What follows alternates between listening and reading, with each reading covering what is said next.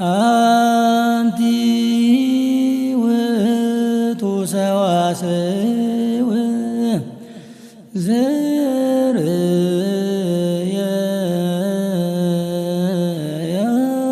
زريا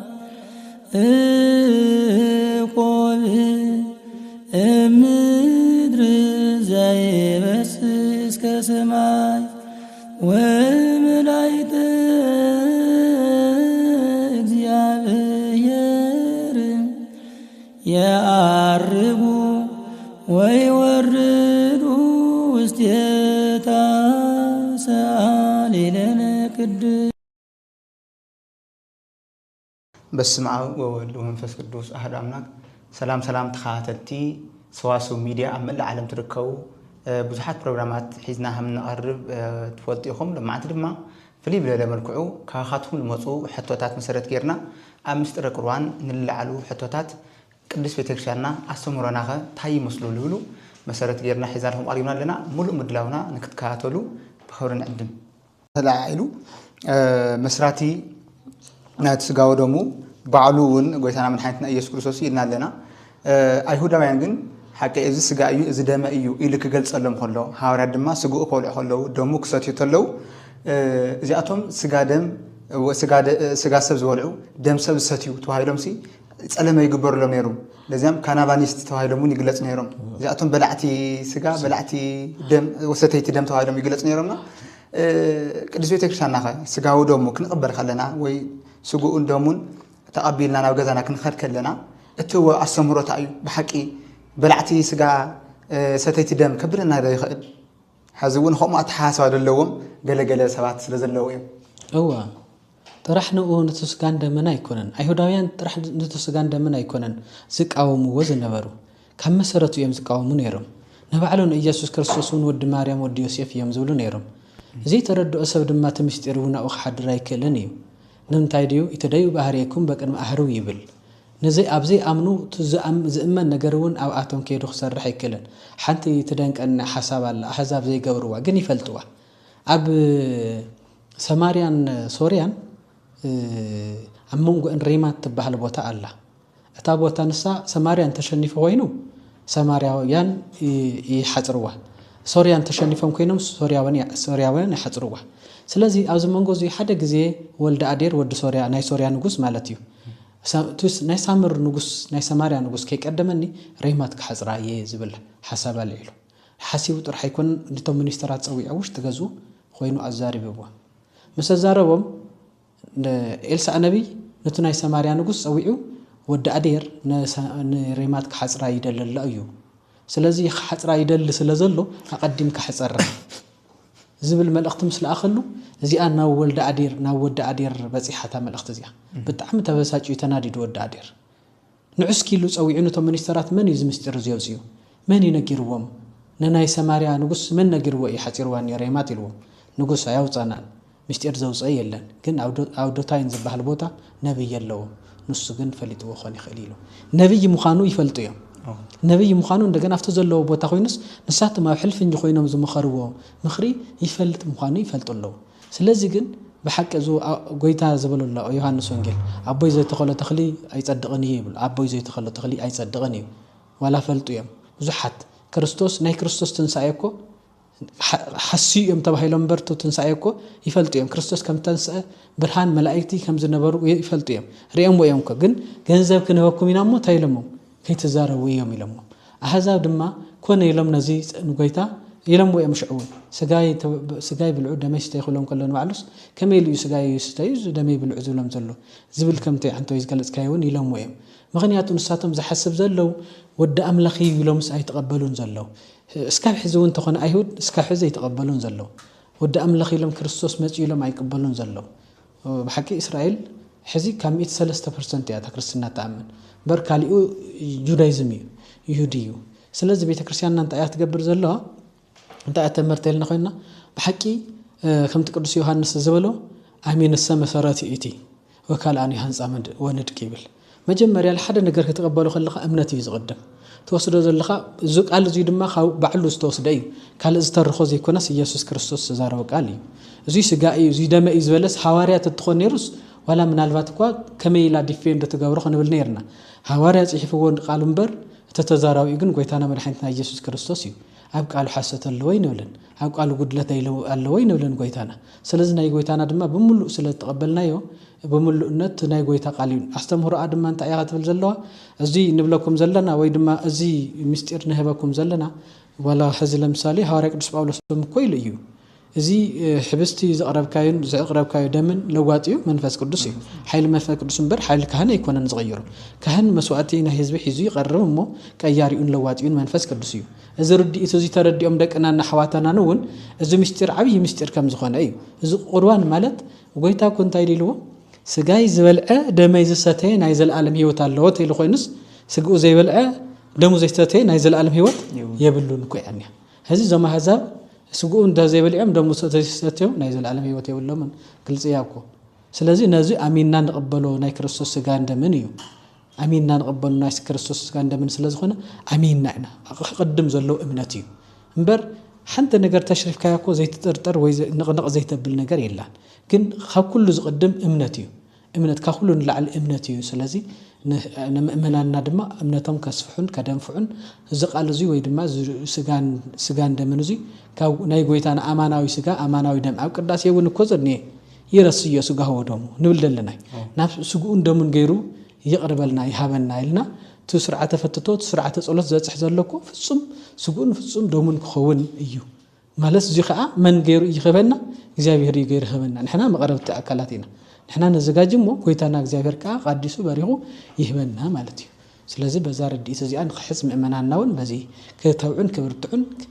الكلون فلت أتم دم خرققن رديت بوانا نتكو بوانا نت أو كله أبزوج ترح زي كنا ولا تصوم يخون ولا بصلوات يخونكو حزي مدرنا تاريخ يخون كاس ولا حزي أبع الخاتف تشكل لخا مالتي كتتصوم كلخا أوش تصوم كابويتا تزي اللي كو تصوم يولكان أوش تصولت كابويتا ندحر زي اللي كو تصولت كمنم يولون ترجم يولون فلاسفاون يصوم يو فلاسفاون مالت بناي حدا باغانون يصلي مالت أب comparatively religions بحالني يختار خلخا جودايزم هندويزم جودايزم بودهيزم شونتويزم زوروستراريزم زبحالو ريليجينات هالو زم ريليجينات زيهم أرثوذكس هذا كومباراتيف كتجاورهم كلها بزح بتعامي بزح سؤال مريت بسرو زي مثل زي الرخب كهيدا يزلوا ولا جودايزم كم تعنتوا هنا قلت قوة زنوركو نايب علم كله ريفيليشن الله جنا كريستوس كل ديكم مسيزول كله اللهم سجن نحاسم مسيح خدمبر ناب كريستوس أيام صامن كريستوس مسيح توليدو هذه الناس ياو نداقم منا ممسعن صبي زل نمبر كلا يكونن سلازي نزي أتمون ديفين دخن جورم نخل بزنا جر نزينا أو وشت تقولتك هيز كتصل خلها بتخكل ردي سبهالني رديت مالتي بزي رديت تصل تقولت كتصل خلخس هذي فكاري زادك أنا وزهات عن مزمور زداوي هاليلويا بس إشي زي هذا بمكرر رسيان وزي قوم مستمن ورا مسالك عن زداي ما هو جزاير سمراته وزهقو يعني بمعلته ولا ليته ويكون كما أنت تكلت هوا مخازماي أنت تو فريها ببجزها وقوصلاني يتنقف يقول أكو كمزهات عن أكو كمز زي جوف النفس مقص أمدر نابل خيرو أما جرى الشيخ مسخلنا أو قطر شديشته أنت عايزول يا أمر جزاير فنتهم لزاركان وفنتهم السلحات أنت تعرف እግዚአብሔር ናይ ጻድቃን መንገድ ይፈልጥ እዩ ናይ ጻድቃን ግን መንገዳም አይተፈለጥን ዝተፈትያ ክርስቶስ አይኮነን መንገዳን ማለት እዩ ስለዚህ እዚ እንታይ እየ ዝብል ዘለኹ እንዳበል እሲ ጽቡቅ ጋሻና እንተኻተልቲ ሰዋሱ ሚዲያ ሰምሁን ለተላሊልና በስመ አብ ወወልድ ወመንፈስ ቅዱስ አሐዱ አምላክ ቆሞስ አባ ወልደ ሥላሴ ገብረ ማርያም ናይ ደብረ ሰማያት ቅዱስ ቂርቆስ አምሃዳሪ ጽቡቅ ቆሞሰይ ኣብ ደማዓንቲ ሒዝና ዘለና ኣምስጥረ ቁርባን መሰረት ገይሮም ካብ ተፈላለዩ መናእሰይ ኣሕዋት ደቂ ቤተክርስትያን ዝኾኑ ኣብኣቶም መሰረት ዝገበሩ ጥያቄታት ለልዕልዎም መብርሂ ክትውልና ኢኹም መፂኹም ነይኹም ጻውዒትና ኣኺርኩም ምሳና ቃለ ምሕተት ክትገብሩ ፈቃደኛ ኾንኩም ብምጻኹም بسم تخاتلتي سواس ميديا كنا مسكن فوتي نفتنا مجمرات ياكي كاتلخو قدوس قربان بمسرت تمرت بيتكشانا تايلبل ترجم تو فلين دغاس مسترا قربان تو هايدي وسدنو مستر كبحالو لخاله مخنيات تايلبل بزيا كجمرنا اش يقني الله صباح تايو أملاخ እግዚአብሔር نتحتو زملسو منفس قدسيو نحنا دق سبات نقرب مو تزارابي ملقتو زهبون እግዚአብሔር እዩ እዚ ኣብ መሰራርታ እዚ ቤተክርስቲያንና ብናይ ባዕላ በበይናት መስርቶ ሕጊ ወይ ስርዓት ወይ ምስጢር የለን ዝመስረቶ እዚ ምስጢር ቁርባን ዝመስረቶ ኣምላኽና መድኃኒትና ኢየሱስ ክርስቶስ እዩ ሰብ ክፈጠር ከሎ ስሙን መቅዳስ ክብሩ ንመውራስ ኢሉ ፈጢሩ ኣምላኽና እግዚአብሔር አጋጣሚ ኮይኑ ናይ ኣምላኽ ሐሳብን ናይ ኣምላኽ ቃልን ክሰምዕን ከተግብርን እዩ ንኣዳም ፈጢሩ ኣብ ገነት አንቢርዎ እንታይ ኢልዎ ኣምላኽና እግዚአብሔር ኣብ ገነት ከነብሮ ከሎ ንኣዳም ኣብ ዝንበር እዚ ደለኻዮ ስራሕ ወይ ከዓ ምግቢ ኩሉ ነገር ኣዳልየልካ ኣለኹ ስለዚ እዚ ግበር እዚ ብላዕ እዚ ስተግ ነገር ግን ንህይወትካ ከይተቀትለካ ዘቆጽሎ እዚኣ ግን ከይትበልዓ ዝብል ሐሳብ ሂቡ ነይሩ ጎይታና እግዚአብሔር አጋጣሚ ኮይኑ ግን ኣዳም ናይ ዲያብሎስ ሐሰት ሲሒቱ ታቆጽል ቆሪጹ ምሳሌ ሔዋን ኮይኑ በሊዕምዋ ሞይቶም ካብ ሞት ንምድሓን ኣምላኽና እግዚአብሔር ካብ ሰማያት ወሪዱ ካብ ቅድስት ድንግል ማርያም ወሪዱ ኸድሕነና ስለዘለዎ ካብ ሰማያት ወሪዱ ካብ ቅድስት ድንግል ማርያም ተወሊዱ እዩ ቤተክርስቲያንና ምስጢር እዚ ከተመስረት ከላ መጽሐፍ ቅዱሳዊ መሰረት ዝኾነ ኣመሰራርታ እዩ በብሉይ ኪዳን መስዋዕት ቀርብ ከሎ ብናይ ጤል በጊዕ ኢሉውን በእኽሊ ዝቀርብ መስዋዕታት ንስርየት ኃጢአት ነይሩ እሱ ድማ ኣብ ክልተ ተኸፊሉ ይረአ እቲ ሓደ መስዋዕት ኣብ ቅድስት ኮይኑ ብካህናት ይቀርብ እቲ ካልኣይ ድማ ኣብ ቅድስተ ቅዱሳን ኮይኑ ብሊቀ ካህናት ይቀርብ እዚ ንስርየት ኃጢአት እዩ ስርየት ነፍሲ ድሕነት ነፍሲ ኣይተፈጸመን ነይሩ ሽዑ ካብኡ ኣምላኽና እግዚአብሔር ኣማናዊ ስጉኡን ኣማናዊ ደሙን ከብ ከሎ ግን ባዕሉ ሰዋይ ባዕሉ መስዋዕት ተቀባሊ ባዕሉ መስዋዕት ኮይኑ ኣማናዊ ሊቀ ካህናት ኮይኑ መጽዩ ነታ ጸልሚታ ዝነበረት ዓለም ነታ ሞት ተጎናጺፋ ዝነበረት ዓለም ነታ ሐሰት ተጎናጺፋ ዝነበረት ዓለም ነታ መንገዲ እግዚአብሔር ገዲፋስ ብናይ ካልእ መንገዲ እንዳኸደ ዝነበረት ዓለም ከብርህላ ኣብ ዕለት ሐሙስ ደቀ መዛሙርቱ ተኣኪቦም እንዳሃለው እንሆ ይኸው ስጋይ እዚ ንስርየት ኃጢአት ዝውሃብ ኣማናዊ ስጋ እዩ ኣማናዊ ዝብል ድምፂ ኣማናዊ ዝብል ቃል ሂብዎ ይኸው ደመይ እዚ ንስርየት ኃጢአት ዝውሃብ ኣማናዊ ደመይ እዩ ዝብል ሂቡ ቃሉ ተዛሪቡ ዘረባ እዚ እውን ንባዕሉ ካብ ጎይታ ዝተውሃበ ቃል እዩ ካብ ጎይታ ዝተዘርበ ቃል ብኣንደበቱ ብልሳን ጎይታ ዝተዘርበ ቃል እዩ እዚ ጥራሕም ኣይኮነን ኣብ መዋዕለ ስጋዊኡ ኣብ ምድሪ እስራኤል ናምህረ ህዝብን ኣሕዛብን ናብ ትክክለኛ መንገዲ ክምልስ ቃል ይዛረበሉ ኣብ ዝነበረ ግዜ ንባዕሉ ቶም ህዝቢ ገሊኦም ተኣምራቱ ንምርኣይ ገሊኦም ድማ ድምፁ ንምስማዕ ገሊኦም መልክዑ ንምርኣይ ገሊኦም ድማ ዘበረከቶን ዘብዝሖን ሕብስቲ ንምብላዕ ይእከቡ ነይሮም ቶም ዝተኣከቡ ሰባት ደኺሞም ጠምዮም ምስ ረኣዮም እንደገ መዛሙርቱ ሓንቲ ሓሳብ ኣቕሪቡ ንሳ ድማ እንታይ እያ እስኪ ቶም ህዝቢ እዚኦም እንታይ ኢኹም ተብልዕዎም እንታይ ከኢኹም ትብዎም እንታይ ማለቱ እዩ ሓሳብ ሰብ ድዮም ክሓስውስ ወይ ከዓ ሓሳብ ኣምላኻዊ እዩ እግዚአብሔርስ ኩሉ ክገብር ይኽእል እዩ ዝብል ሓሳብ ድዮም ክሓስቡ ዋላስ እንታይ እዩ ዝብል ነዚኦም ነዚ ህዝቢ እዚ ደኣ ናይ 800 ዲናር ዝኣክል ገዚእኻ እኳ ዘይኣኽሎ ኢሎምዎ ዳሕራይ ሓደ ደቀ መዝሙር መፅኡ ኣይ ነዚ ህዝቢ እዚ ዝኣክል ኣይኮነን እምበር 5 ሕምባሻን 2 ዓሳን ኣሎ ኢልዎ ዝገብሮ ይፈልጥ ነበር እሞ ኣምፅዎ በለ እቲ ሕብስቲ ንሱ ኣብዚሑ ኣርቢሑ مسابة قويتا እግዚአብሔር ምክንያት ንድሕነት ንኸርዮም ዝኾነ ነገር ይልዕል ዝኾነ ነገር ይሓቶም ከምታ ሳምራዊ ሰበይቲ ኣብ ኣፍ ማይ ኮይኑስ ዘለዓለማዊ ካብ ውሽጢ ከርሳ ክፈልቕ ዝኽእል ማይ ንኽህባስ ማይ ስከስቲኒ ዝብል ሕታሓቲቱ ማይ ክስታስቲኒ ክብላ ከሎ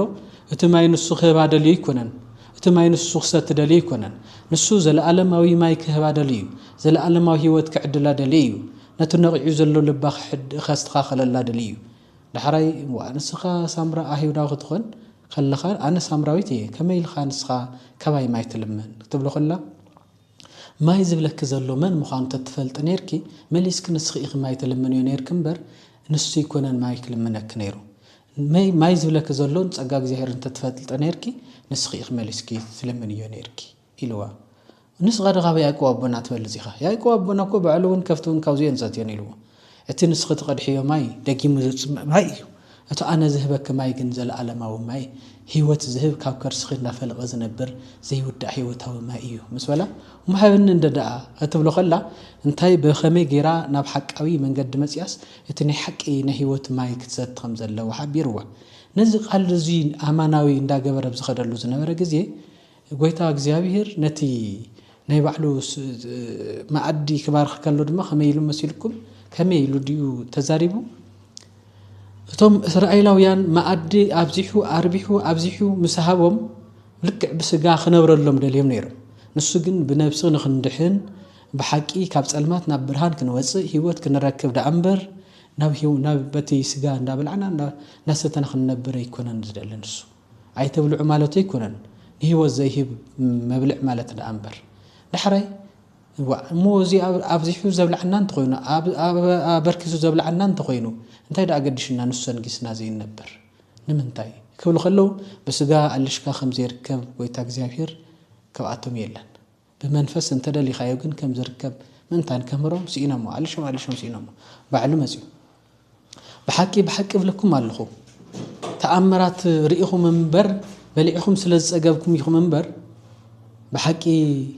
ኣይኮንኩም ዝደለኹም ኢሉ በሉ እምበኣር ንዝሓልፍ ምግቢ ኣይተልፍዑ ኢሉ ሓቀኛ ሕብስቲ ኣነ እቲ ካብ ሰማይ ዝወረደ ሕብስቲ ኣነ ነዚ ስጋይ ዝበልዐ ነዚ ደመይ ዝሰተ ናይ ዘለዓለም ህይወት ኣሎ ቅዱስ ዮሐንስ ወንጌል ምዕራፍ 6 ቁጥር 48 ኣነ ካብ ሰማይ ዝወረድኩ ሕብስቲ እየ ክብል ከሎ ኣብ 58 ቁጥር ድማ ስጋይ ዝበልዐ ደመይ ዝሰተ ናይ ዘለዓለም ህይወት ኣለዎ ዝብል ኣማናዊ ስግኡ ኣማናዊ ደሙ እንተሰቲና እዚ ሞት የብሉን ምሳይ እዩ ዝነብር ምሳይ ሕብረት ኣለዎ ሓይሊ መንፈስ ቅዱስ ማይ ወሃወዩ ናይ ኣብ ጸልማት ማይ ነበረን ኣብ ብርሃን እዩ ዝነብር ዝብል ሓይሊ ሂቡ ቁርባን ማለት ብሱርስትና ብግሪክ መስዋዕት ማለት እዩ መስዋዕት ምቕራብ ማለት እዩ ባዕልኻ መስዋዕት ንእግዚአብሔር መሃብ ማለት እዩ ቱ ምስጢር እዚ ድማ ጎይታ እግዚአብሔር ንስሬት ሓጢአት ዝኾን ምስጢር እዩ ማለት ከዓ ኣብቲ ሕዚ ለምሳሌ ምስጢር ክንብል ከለና ሓደ ቆልዓ ክጥመቕ ክመጽእ ከሎ ማይ ኢና ነቕርብ እቲ ማይ ግን ሓይሊ መንፈስ ቅዱስ ይሓድሮ እቲ ሓይሊ መንፈስ ቅዱስ ክወርድ ከሎ ግን ዝርኦ ነገር የለን እዚ ምስጢር እዩ ዘይርአ ምስጢር ርቂቕ እዩ ናይ ክርስቶስ ስጋን ደምን ነቲ ስጋን ደምን ነቕርቦ ህብስትኒ ነቕርቦ ወይንኒ እዚ በእግዚአብሔር ሓይሊ መንፈስ ቅዱስ ይቕየር እዚ ምስጢር እዚ ረቂቕ ምስጢር ሓይሊ መንፈስ ቅዱስ ነዚ ኣማናዊ ስጋ ኣማናዊ ደም ገይሩ ያቅርበልና ማለት እዩ ገር ናይ ጻድቃን መንገዲ ይፈልጥ እዩ ናይ ሓጣን ግን መንገዳም ኣይትፍለጥን ዝጠፈት እያ ክርስቶስ ኣይኮነን መንገዳን ማለት እዩ ስለዚ እዚ እንታይ እየ ዝብል ዘለኹ እንዳበልካቱ ጸሎት እዚ ተዘይፈለጥካ ንባብ አንቢብካ ኢኻ ትወርድ ብዙሕ ግዜ እውን ካብዚ ክንድሕን ኣነ ኣብዚ ሕዚ ካልእ ግዜ ኣርቂቕና እንደገና ስለ ጸሎት ስለ ጾሙ እውን ክንከይድና እምበር ብሱሩ ህዝብና ሕብረተሰብናስ ከመይ ክጽል ኣለዎ ከመይ ክጸውም ኣለዎ ሕዚ ኣብ ዓብይ ጾም ሕዚ ትርኢኻ ኣብ ዓብይ ጾም ትርኢኻ ጾሙ እዩ ተባሂሉ ስጋ ዝበልዕ የለን ኣይኮነን እንጀራኻ ብንግሆ ኮፍ ኢሉ እንጀራ እንዳበልዐ ትርኢዮ ብንግሆ ኮፍ ኢሉ ማይ ብንግሆ ኮፍ ኢሉ ማይ እናሰተየ ትርኢዮ ከም ቤተክርስትያናዊ ትእዛዝና ግን እንታይ እያ ትብል ጾሙ ክውዕል ኩሉ ሰብ እዩ ዝብል ይብፅሐና እንተኾይኑ በዚ መንገዲ እዚ እውን ክንከይድ እዩ ዝግባእ ስርዓት እዚ እውን ክንፍጽሞ እዩ ዝግባእ ስጋ ጥራሕ ክል ስለ ዘይብላኻ ጾሙኻ ማለት ኣይኮነን ምናልባት ዝሓመም ኮይኑስ ብሕክምና መድሓኒት ዝተኣዘዞ እንተኾይኑ ኮይኑ ሓሚሚ እዩ ዘሎ በቤተ ክርስቲያን እውን ንዝሓመመ ሰብ ፍቓድ ትህብ እያ ንሓራስ ዝኾነ ሰብ ዝኾነት ኣዶ ፍቓድ ትህብ እያ ተዘየለ ግን ጥዑይ ሰብ እንዳሃለየስ ንግሆ ናይ መብልዕ ኣወልፊ ስለ ዘለዎ ከይዱ እንድሕር ዝበልዕ ኣሎ ኮይኑስ እንታይ ደስ ችግር ኣለዎ ዓተር ቫይታሚን ኤ ተባሂሉ ምስ ስጋ ኣይኮነን እዩ ዝምደብ እቾለኒ ምስ መንዲ ዝምደብ ካልኦት እውን ከምኡ ዝበሉ ማለት እዩ እዚ እንዳበልዕ እንድሕር ኣልዩ ኮይኑስ ስጋ እንታይ ኣድልይዎማ ስጋ ናይ ብዕራይ ዳኣስ ኢሉ ካብቶም ዘእርጉ ዝበሃል መእረግ እንድዩ ስለዚ ጾም ክንጾም ከለና እንታይ ዓይነት ክንረክብ እንታይ ክረክብ እየ ኢሉ ንኽበቅዕ ህዝብና ክንገብር ኣለና ኢለ እየ ኣነ ዝሓስብ ርድኢቱ ዕሙቕ ክብል ዝበለ ንጹህን ቅዱስን ኮይኑ ክኸይድ እዩ ክርስቲያን ማለት ክርስቶስ ዝመስል ማለት እዩ ክርስቲያን ማለት ክርስቶስ ዝመስል ኣነ ክርስቶስ ከም ዝመሰልኩ ንስኻትኩም ድማ ንዓይ ምሰሉ ኢሉ ጳውሎስ በለስ ክርስቲያን ማለት ክርስቶስ እዩ ዝመስል ክርስቶስ ጳውሎስ እውን ነዚ እዩ ኣካል ክርስቶስ እዩ ኣካል ክርስቶስ ዝኾነ ሰውነትካ ድማ ንኣመንዝራነት ክትህበ ይግባእካ ተኣካል ኣይናትካ ናይ ክርስቶስ ኣካል ደሙ ተዋሂድዎ እዩ ስጉእ ተዋሂድዎ እዩ ስለዚ ኣካል ክርስቶስ እዩ በዚህ ኃጢአት ከይትገብር ተጠንቀቅ ዝብሎ ዘሎ ነው እዩ ስለዚ አካል ክርስቶስ ምዃኑ ህዝብና በደንብ ይክፈልጥሞ በርድኢት ክነብር በሓደ ግዜ እኮ ዝናብ ምዝናብ እኮ ንኽእል ኢና ክርስቲያን ንኽእል ኢና ክብል ከለኹ ግን እቲ እምነትና ኣብኡ ከብፅሕና ይኽእል እዩ ንማለት ለልየ እዞን ባሕሪ ይከዱ እንዲዮም ኣቦታትና ከይዶም እዮም ደመናታት ይከዱ እንዲዮም ኣቦታትና ከይዶም እዮም ዋይ እንታይ እዩ እዚ ፈይዚ እምነት እዩ በቃ ኳሊቲ ዝኾነ እምነት እዩ እምበር ትኪ ኮፍ ዝብል ሰብ የለን እኮ ኣብ ማይ ዝኸይድ ሰብ እኮ የለን ከም ተፈጥሮት ኮይኑ ሓይሊ እግዚኣብሔር ግን ከም መንፀፍ ኮይኑ ኸይዱ ሓይሊ መንፈስ ቅዱስ የሳግረካ ከምቲ ንጥብርያዶስ ባሕሪ ማዕበል ዝሕደአ ማለት እዩ ጽቡቕ ቆመሰይ ምስ ቅዱስ ቁርባን ተታሒዙ ከም ወጣት በተለይ ብዙሓት መናእሰያት ለልዕልዎ ሕቶታት እዩ እንታይ ኢሉ ብል ናብ ቅዱስ ቁርባን ሲ ቅድመ ምድላዋት የድልዮ ዶ ሕዚ ናብ ዝኾነ ቦታ ክትኸይድ ናብ ቢሮ ይኹን ናብ ዝተፈላለዩ ቦታታት ክትኸድሲ ክትገብረሉ ግብእካ ጥንቃቐታት ከም ዘሎ ኮይኑ ናብ ቅዱስ ቁርባንኻ ክንገብረሉ ይኹእና ቅድመ ምድላዋትካ ይህሉ ዶ ይኾኑ ብፍላይ ድማ ከም ቤተክርስትያንና እዚ ክግበር ኣለዎ እዚ ክግበር የብሉ ኢላ ትብሎ ካብዚ ሓሊፉ እንታይ ድዩ ሲኡኻ ብወግዒ ትውፊታዊ ለ ክንበይ ንኽእል ከምቲ ሆሊ ትራዲሽን ኢላ ቤተክርስትያንና እትወስኖ ትውፊታዊ ሓሳባት እኮ ክንቕበሎ ግድን እዩ ፍርቁ ግን በቃ እሱ ኢሉ መጤ ዝበሃል እኒኦ ኣብ ዝኾነ ቦታ ጥራሕ ክንገር ብልምዲ እንደገና ጌጋ ልምድንና ስለዚ ንፁር ዝኾነ ቅድመ ምድላዋት ንምስጢረ ቁርባን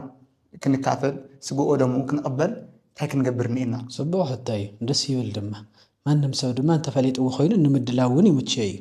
ናብ ቅዱስ ቁርባን ክሓስብ ተኮይኑ ንሱ እንተማሊኡ ኮይኑ ከም ረቑሓ ማለት ቆይ ናብ ቅዱስ ቁርባንስ ከኣት እንተኮይኑስ እንታይ ይገብር ኣለዎ ዝብል እዩ ንጹር ሕቶ እዩ ንጹር መልሲ ድማ የድልዮ ነዚ ሕዚ ሓደ ሰብ ቅዱስ ቁርባን ክወስድ ተኮይኑ ቅዱስ ንብሎ ኣለና ኢና እንታይ ከዓ ይብል ኣብቲ ቅዳሴ ቅዱስ ንቅዱሳን እወ ስለዚ እንታይ ክኾን ኣለዎ ሓዚ ሓደ ዝግጅት እዩ ተሰብሲስ ቅዱስ ክቕበል እንተኮይኑ እንታይ ክኾን ኣለዎ ቅዱስ ክኾን ኣለዎ ቅዱስ ማለት ድማ ፍሉይ ማለት እዩ ካብ ተፈለየ ካብ ዘይከውን ነገር ምስ ንእግዚአብሔር ካብ ዘይምቹ ነገር ማለት እዩ እግዚአብሔር ንዘይሰምሮ ነገር እግዚአብሔር ኣብ ሓጢአት ኣይሰምርን እግዚአብሔር ኣብ ዓመፃ ኣይሰምርን እግዚአብሔር ኣብ ተንኮል ኣይሰምርን እግዚአብሔር ኣብ ሰርቂ ኣይሰምርን እግዚአብሔር ኣብ ዝሙት ኣይሰምርን እግዚአብሔር ኣብ መፍለላይ ኣይሰምርን ኣብ ፍቕሪ ግን ይሰምር ኣብ ፍቕሪ ይሰምር ስለዚ ሓደ ሰብ ናብ ቁርባን ክመጽእ እንተኮይኑ መንእሰይም ክኾን ይኽእል ንእሽቶይም ክኾን ይኽእል ዓብይም ክኾን ይኽእል በዓል ሓዳርም ክኾን ይኽእል ቅድሚት ተዘይወሲድዎ እቲ ቁርባን ማለት እዩ ናብ ቁርባን ዘብፅሕ ሓደ ሰብ በዓል ሓዳር እንተኮይኑ ብሓንቲ ሰበይቲ ክውሰን ኣለዎ በዓል ሓዳር እንተኮይኑ ካብኡ ከዓ ንስሓ ኣቦ ክህልዎ እኒአዎ እንደገና ቅድሚ ናብ ቁርባን መምፅኡ ድማ ንስሓ ከኣቱ እኒአዎ ክዳሎ ኣለዎ ማለት እዩ ናብ ቁርባን መንእሰይ ተኮይኑ ከዓ ናብ ቆረበ ፀኒሑስ ክዕልም ኣለዎ ማለት እዩ ናብ ቆረበ ፀኒሑስ ታመርዑ እውን ብቁርባን ክፍፅም ኣለዎ ነዚ ዓሊሙ ከኣቱ እኒአዎ እምበር ስኢሉ መፃንሒ ወይ ድማ በቲ ካልእ እንዳገበረስ በቲ ናብ ካልእ ክገብር የብሉን ቁርባን እንተኮይኑ ቁጡብ ኮይኑ ሰውነቱ ሓልዩ መንገዱ ንፅህንኡ ማለት ሓደ ግዜ እኒሄ ኣብ ቤተ ክርስቲያን ቆሪብካስ ነፀላኻ ኣፍካ ስለ ዝሸፈንካ ብኢድካ ይኹን ብካልእ ኣክሽን ትገብር ተኮይንካ ግን እዚ ሕማቕ እዩ አንደበትካ እውን ካልእ ክዛረብ የብሉን ክቅደስ ኣለዎ ማለት ክትፍለ ኣለካ ሓጢአት ብትክክል ሓንተወይ ናይ ትራዲሽን ዝመፀ ዝብለሉ ትራዲሽን ብጣዕሚ ፅዕንቶ ኣለዎ እዩ ኣብ ሰብ ፅዕንቶ ኣለዎ እዩ ስለዚ እንታይ ክኸውን ኣለዎ ክፍለ ኣለዎ ካብ ሓጢአት ክፍለ ኣለዎ ካብ ዓመፃ በተለይ ሕዚ ኣብዚ ሕዚ ዘሎ ኢንቫይሮንመንት ተሪኦ ከለካ ሕዚ ማለት ኣብ ናይ ሙስና ዘሎ ኣካይዳ ብጣዕሚ ዝሰፍሐ እዩ ሰብ ከመይ እዩ ናብ መስመሩ ክመፅስ ብጣዕሚ ዓብዪ ቻለንጅ እዩ ዝገጥሞ ኣብ ሓንቲስ ዝኾነ ነገር ክትስራሕስ ናይ ኮነ ሓደ ነገር ናይ ሻሃሃብ ናይዚ ግበር ናዚ ተዚገርካ ናይ ቁልፈሃብ ናይዚ ግዜ ናብዚ ገለሃብ ቶ ሓጢአትነቱን ፅድቅነቱን ዓተን ኮይኑ ነቲ ካልእ ኮይኑ ማለት እዩ ካብዚ ፀሩይ ኮይኑ ማለት ንሓደ ሰብ ወይ ድማ ንመንእሰይ ጥራሕ ዘይኮነስ ብትክክል ምክላስ ወይ ድማ ምርኣይ ወይ ከዓ ኳልኩሌት ምግባር ዘድልየና ዘሎስ ከምሉእ በቃ ሙሉእ ክርስቲያኒቲ በቃ ብመስመር ክርስትና ክኸይድ ከም ዘለዎ ብመስመር መንገዲ እግዚአብሔር ክኸይድ ከም ዘለዎ ቶም ቅዱስ ጳውሎስም ሓሳብ ስጋን ሓሳብ መንፈስን ዝበሎም ዘለዎ ሓቀይ ሓሳብ ስጋ ኢሉ ኣብ መልእኽቲ ገላትያስ ምዕራፍ 5 ካብ ቁፅሪ 17 ጀሚርስ ካብ 22 ዝተገልጹ ኣለዎ ስጋን ነፍስስ ኩሉ ግዜ ክዳፍኣ ይነብራ ይብለን እዚአን እየን ክገብረን ዝግበአን እቲ ሓደ ወድና እውን ናብ ቁርባን ክበፅሕ ተኮይኑ እንታይ ይገብር ኣሎ ትብል እሳ መስመር ንሳ እያ ሕዚ እንታይ ዝበለ ጳውሎስ ናይ ስጋ ሓሳብ ከዓ ዝተገለጹ እዮም ዝሙት ርኩሰት መዳራት ምፍልላይ መናፍቅነት ምጥርጣር ፅልኢ ምፍልላይ ስኻር ዘፈን ማለት ተውኔት እዚኦምን መሰላቶምን ዝገብር ሰብ ጥንቆላ እዚኦምን መሰላትን ዝገብር ሰብ ናይ እግዚአብሔር መንግስቲ አይወርስን ይብል ስጉ እንደምን ድማ ስጋይ ዝበልዐ ደመሰተ ናይ ዘላለም ህይወት አለው ይብለሉ ስለዚህ መንግስቱ ይወርስ እዚኦም ዘይገብር ሰብ ታይዳ ክገብረሎ ዝል ፍሩት ኦፍ ስፒሪት ልበሃል ነው ናይ መንፈስ ቅዱስ ፍረታት ዝባሃሉ አለው ሳቶም ድማ ፍቅሪ ሰላም ደስታ ሓጎስ በዓልኻ ምግዛእ በዓልንጀራ ከም በዓልኻ መርአይ ሓልዮት ርህራሄ ፍጹም እምነት እዚኣቶም ተሽዓተ ናይ መንፈስ ቅዱስ ፍረታት እዮም እቶም ተሽዓተ መንፈስ ቅዱስ ነዚ ዝኽልክል ሕግ ግን የለን ይብል ፍቅሪ ክንብል ከለና እውን ከም ናይ ምድሪ ፍቅሪ ይኮናል ፍጹም አምላካዊ ፍቅሪ ኣነፍ የዋህን ፈቃድን ከም ዝኾንኩ ዝብል አምላኽና ቅዱስ እግዚአብሔር ኣነ ቅዱስ ከም ዝኾንኩ ንስኻቶም ድማ ቅዱሳን ኩን ከም ዝበሎ ዘም መንገድታት እዚኦም ደስታ ማለት ድማ ሐዋርያ ቅዱስ ጳውሎስ ከም ዝበሎ በዓሉ ማለት እዩ ጳውሎስ በዓሉ አቤት ማእሰርት ኮይኑስ ደስ ይበልኩም ደጊመ ብለኩም ፈቅደሉኝ በጎይታ ደስ ይበልኩም ኢሉስ 14 ግዜ ተዛሪዩ አቤት ማእሰርት ኮይኑ እዩ ግን ደስ ዘብሎ በትስጉ ምእሳሩ ዘይኮነስ በነፍሱ ምድሓኑ እዩ ስለዚህ ንነፍስና ምድሓን መንገዲ ሒዝና ክንመጽእ ከለና እዩ ስለዚህ ኣብ መንእሰይነት ህይወት ዘለዎ ዕላማ ዘለዎ ማለት በታ ቁርባን ክፍጽማ ዝኽእል ዝኸውን ኣብ ሓዳር ዘሎ ድማ ሓንቲ ሰበይቲ ሓደ ሰብኣይ ዘለዋ ድማ ካብቶም ዝተፈላለዩ ናይ ስጋ ሓሳባት ዘም ዝበልናዮም ማለት ዳዊትም ዝገለጾም ኣለዉ ኣብ መዝሙር 15 ዝገለጾም ኣለዉ ማለት እዩ ዘይገብር ከመዚ ይታወክ ለዓለም ንበሎ ዘም ዝርዝራት ኣሎ ናይ ሰብ ዘይወሰደ ዘይሓስን ሓው ዘይብድል ንጹህ ልቢ ዘለዎ ዝብሉ ብዙሓት ነገራት ኣሎ ኣራጣ ገለ ዝብሉ ታተለው እዚኣቶም ዘይገብር ንዘለዓለም ኣይህወክን ይብሎም ካብዞም ነገራት እዚኣቶም ነፃ ኮይኑ ብፍቃድ እግዚአብሔር ተጠሚሩ ፍልጠት ናይ ቤተ ክርስቲያን ተውፊት ደጉማ ቀኖና ድማ ዝፈልጥ ክኾነሉ በልማድ ሰኢሎም እውን ክልተ ሰባት ሰብኣይ ሰበይትን ስለዝኾኑስ ካልእ ሰበይቲ በጋጣም ኮይኑ ዘይብሉ ካልእ ሰብኣይ ዘይብላ በጋጣም ኮይኖም እውን ተሪሎም ዝኣትዩ ሰባት እኒኦም በርስ ኣበይ ደው ይበሃል እኳ ዘይፈለጡስ ግን ኣቐዲሞም ላዊ ክርስቶስ ስጋ እንደምን ተር ዝብሉ ሰባት ኣለዉ ንሳቶም እውን ክመሃሩ ኣለዎም ክፈልጡ ኣለዎም ፈሊጥካዮ ቁርባን ማለት እንታይ ማለት እዩ ንስሓ ማለት እንታይ እዩ ጥምቀት ማለት እንታይ ማለት እዩ ደጉማ ተውፊት ቀኖና ፈሊጦም ክመጽእ ከለው እቲ ቁርባን ስሙር ይኾን መሊሶም ድማ ኣይወድቕዎን ማለት ናብ ሓጢአት እያኣትዩን ማለት እዩ ርድኢትስ ኣለዎም ማለት እዩ ጉጉይ ርድኢት የብሎምን ማለት እዩ እሞ ብኸምዚ ክኾኑ ይምረጽ ማለት እዩ ጽቡቕ ቅዱስ ቁርባን ንክንቕበልሲ ናይ ግድን ንስሓ ክንቕበል ንኤና እዚ ከም ኣሰምሮ ቤተክርስትያን እዩ ወሳኒ ለስለ ዝኾነ ነገር ግን ናይ ግድን ድዩ ቅዱስ ቁርባን ክንቕበልሲ ንስሓ ክንኣትለ ኣለና ንስሓ ከይተነሳናሲ ቅዱስ ቁርባን ምቕባል ይከኣል ዶ ፍላይ ድማ ናይ ንስሓ ጥቕምሲ እንታይ እዩ እኒአዎ ኮይኑ ንቅዱስ ቁርባን እንታይ ልተሓሓዝ እኒአዎ ልብል ሓሳባት እኒአዎ ቀጥታስ ንስሓ ከይኣተናስ ቀጥታ ንቐርበሉ መንገዲስ ንምንታይ ይፍጠር ብንስሓ ክነግንዮም ልግብኡና ጥቕምታት እኒኦ ዲ ኮይኑ ልብል ሕቶ እኒኦም እዋ ጽቡቕ ሕቶ እዩ እቶም ሕቶታት ጽቡቓት ሕቶታት እዮም ንስሓ ኣብ መኒና ንምሃሮ እንተኢልና ኮይንና ጳውሎስ ጴጥሮስ ሰኢሉ ምእታው ናብ ደቀ መዛሙርቱ ሕውስ ምባለይ ይትከኣሎ እንደነይራ ትከኣሎ ነይራ እያ ንክርስቶስ 3 ግዜ ክሒድዎ ነይሩ 3 ግዜ ምስ ክሓዶ ግን እንታይ ኢሉ ናብ ክርስቶስ ቆልሕ ምስ በለ እትፈቕዶ ዝኾነ ገጹ ርእይዎ ንክርስቶስ እቲ የዋህ ዝኾነ ጥዑም ዝኾነ ድምፁ ሰሚዑ ናይ ክርስቶስ ኣቦኡ መምህሩ ርእይዎ ድሕራይ ነቢዑ በኺዩ ዝወደየ እጆኻ ኣንጽየካ ኣለኹ ቀዲሰካ ኣለኹ ስለዚ እንካ መፍትሒ ኢልዎ እንደገና ድማ እዛ በዝሙ ተረኺባ ዝተሃለት ሰበይትስ ናብ ክርስቶስ ምስ መፀት ብሓጢአት ተረኺባ እያ ኢለዋ ንጎይታይ ኢላ ናብ ጎይታ ምስ ቀረበት ታይዲ ዝበላ ኣንጽየካ ኣለኹ ዳግመ ኢትኣብሲ መሊስኪ ናብዚ ሓጢአት እዩ ይትእተዊ ናብቱ ሓጢአት ንሱ መሊስኪ እንተኣትኹ ኮይንኪ ካልእ በደልከ ይረኸበኪ ኢልዋ ማርያም መግደላዊት ንባዕላ ማርያም ተእፍረት ማለት እዩ ንሳ ንባዕላ ሰኢላ ናብ ክርስቶስ ተሓዊሳን እያ ናብ ክርስቶስ ሰኢላ ምሕዋስ ሰኢላ ስቕማለይ ምኽኣለት ነይራ ትኽእል ነይራ እኮ እያ ግን ሓጢአታ ተውሽጡ ቀደም ትገብሮ ዝነበረት ክተወግዶ ስለ ዝደለየት ኣይሙራእ ንጹህ ክኾን ካብ ቅርታ ንጹህ ክኾን ስለ ዝደለየት ናብ እግሪ ክርስቶስ ድንን ኢላ ብንባዓታ እግሩ ሓፂባቶ ብፀጉራ እግሩ ሓቢሳቶ ብሽቶ ምዕዙ ሽቶ ድማ ንጎይታ ቅሪባትሉ ከመይ እዩ ንሱ እንታይ ክብል ደልየ እየ ሓደ ሰብ ሒዚ ንስኻስ ጻዕዳ ክዳን ክትኽደን ኮይንካስ ሲልካ ምንም ሰውነትካ ከይትሓፀብካ ጻዕዳ ክዳን ተተኸዲንካስ ደስ ይብለካ ኣይብለካን ምክንያቱ ረሃፅ ኣሎ ወይ ድማ ሰውነትካ ክቐኑ ከሎ በባህሪኡ ሰውነትካ ሓመድ መሬታዊ ክእስ ካብ ዘለዎ ሓመድ ምጥርቃም ወይ ረሃፅ ምጥርቃም ወይ ረስሓት ምጥርቃም ይተርፋል ስለዚ ሕፅብ ኢልካ ሙሉእ ጅልካ ጻዕዳ ክትክደኑ ከለካ ይምንጭክን ጻዕዳ ይኾን ማለት እዩ እቲ ጻዕዳ ዝኾነ ናይ ክርስቶስ ስጋን ደምን ድማ ላብ ሰውነትካ ልኽኣቱ ብፍላጥን ብዘይፍላጥን ዝገበርካዮም ነገራት ከምቲ ብሰውና ሰውነትካ ተሓፅቦ ብመንፈሳዊ ማለት ብመንፈሳዊ ምፅጻት ማለት ኮይኑ ደጊምካ ናብ ዝኾነ ልምዲ ንኸይተኣቱ እዩ ንስሓ ማለት ንስሓ ሰብ ትረስዮ ነዚ ኣበሰ ከመዚ ኣበሰ ነቲ ዝበደለስ ከም ዘይበደለ ትገብሮ ነቲ ዝረስሐስ ከም ዘይረስሐ ትገብሮ ነቲ ዝሙት ዝገበረስ ናብ ንጽህና ተምጽኦ እንዚኣ እያኩ ምሕጸቢ ከምቲ ሰውነትና ረስሒስ ብሳምና ንሕጸቦ ነፍስና ተረሲሕ ኮይና ድማ ብንስሓ ብጸጸት ናብ መን ንምለስ ናብ ባዕሉ ንምለስ ማለት ኮይኑ ናብ ካልእ ኣይኮነን ጎይታዬ ከምዚ ገይረ በዲለ ነይረ እሞ ይቅርታ ገበረለይ ይቅርታ ገበረለይ ጎይታ ልባዕሎም ዝበሎም ነይሩ ክልተ ሰባት ክጽልዩ ይመጽዮም ሲ ተሓደ ኣብ ሰሙን ከምዚ ዝገብር እየ ታሳያታ ቀጢልካ ምእታው ትበሃል ኣነ ከምዚ ይገብር ነይረ ኣነ ከምዚ ይሰርሕ እየ ኣነ ከምዚ ቀራጽ እዚ ላይ ገበርካኒ በቃ ጎይታይ ተመስገን ኢሉ ድሕራይ ሓደ ግን ድንን ኢሉ መሬት ናብ መሬት ድንን ኢሉ ጎይታዬ ኣነ ናብ ሰሙን ዝፈጠርካዮ ሰማይ ኮቆልሕ ምባል ይከኣለኒ ንሓጢያተኛ እየ ስለዚ ጎይታይ ኣነ ካብቲ ግበር ዝበልካኒ ዝፈጸምኩ ካብቲ ትግበር ዝበልካኒ ግን ካብቲ ትግበር ዝበልካኒ ግን ዘይፈጸምኩ እየ ካብቲ ትግበር ዝበልካኒ ፈጺመ ካብቲ ግበር ዝበልካኒ ግን ኣይፈጸምኩ ጎይታይ ሰማይካ ክርኢ ናባኻ ቀንዒ ኢለ ክርኢ ዘይክእል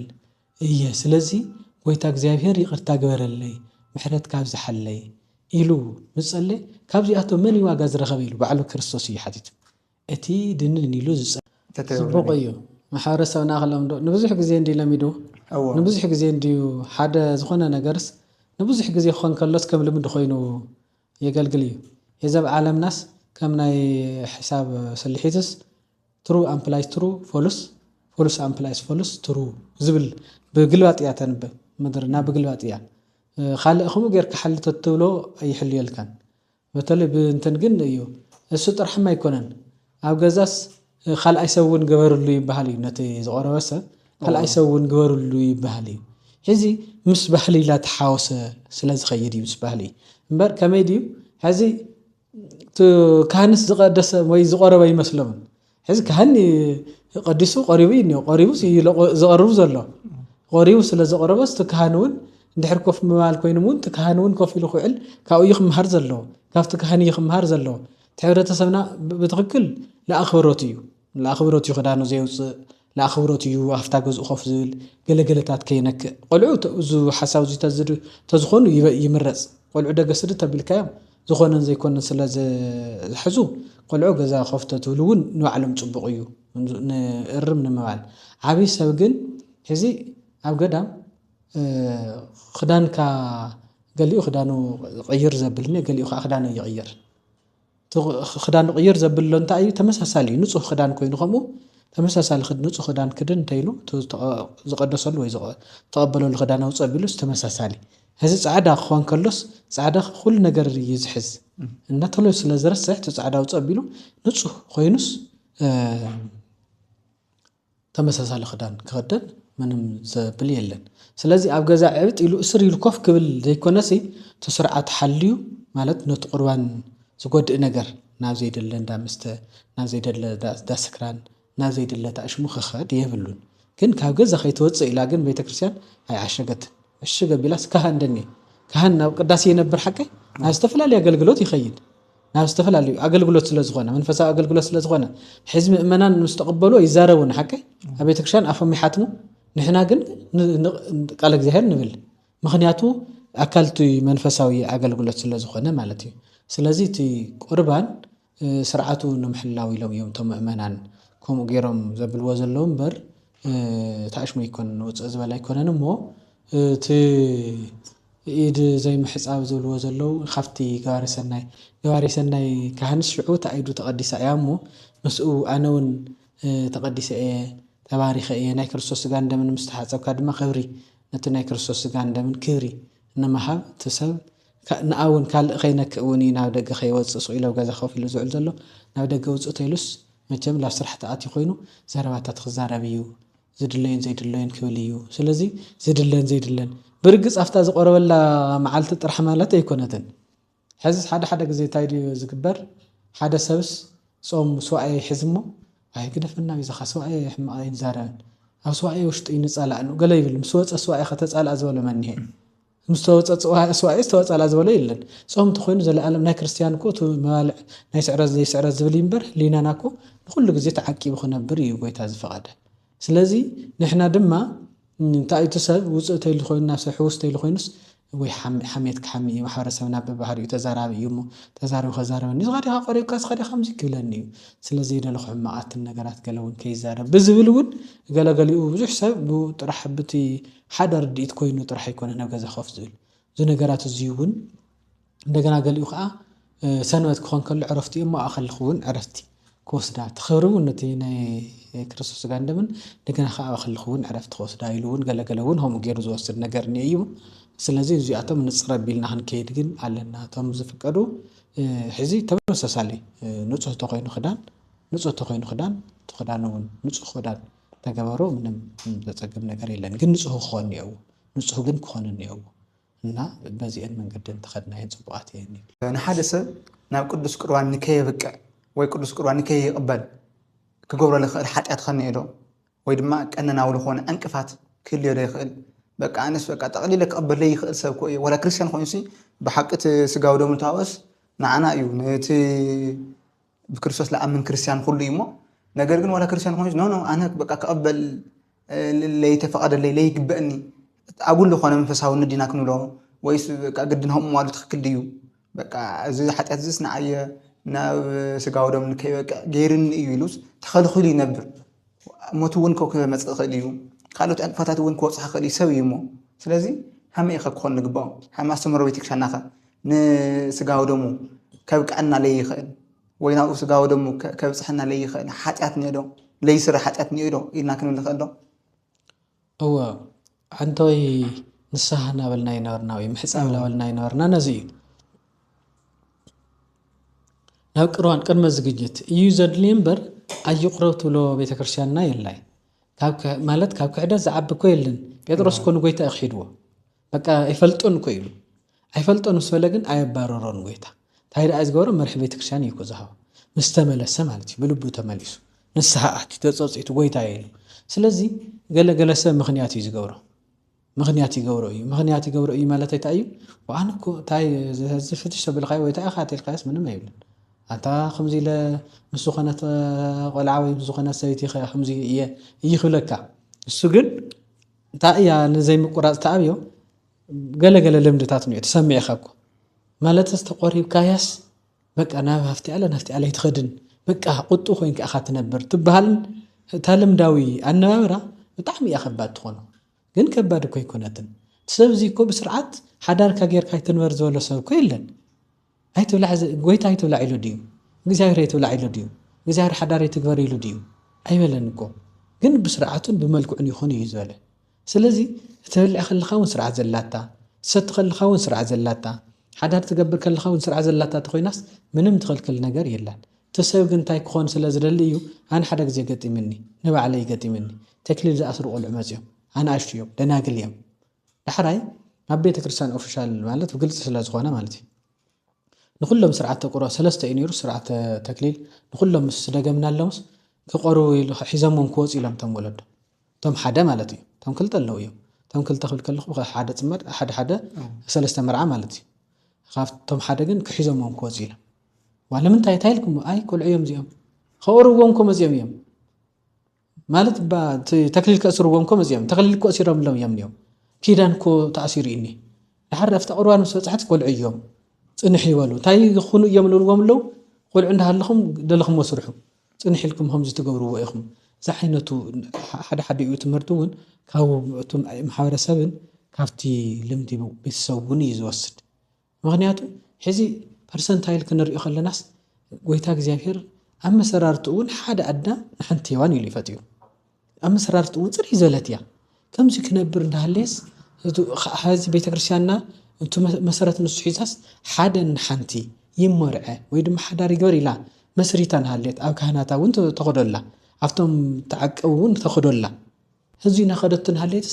ፐርሰንታይል ክትሪኦ ከለኻስ 10% በዛ ስርዓት እዚኣ ዝኸድ 9% ግን ብደገ እዩ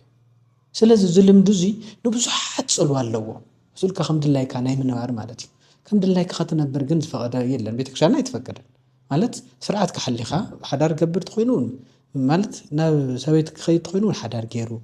ናብ ሰብኣይ ትኸድ ኮይና እውን ሓዳር ገይራ ቁም ነገር ገይራ እዩ ዝብል ሕግና ቤተክርስትያንና በተለይ ከምዚ እዩ ኣምላኻዊ ሕግም ንሱ ኢሉሎ ኣይትዘሙ ተመንዝር እዩ ዝብል ኣብ መንገድኻ ሓደ ፅናዕ መንገድኻ ሒዝካ ሓደ ሓንቲ ማምስ ሓንቲ ኮይንካ ተመሪኻ ንበሪ እዩ ስለዚ ነዚ ንኸይኸውን ንኸይፅምድ ዝብል ዞም ሕግታት ዋይ ከምዚ ተኮይነ ዲያቆን ባኹን ዲያቆን ተኮይነ ከምዚ ይኾን ማለት እዩ ኣታ ከምዚ ባኹን ዋይ ቀሺ ተኮይነ በቃ ከምዚ ይኾን ማለት እዩ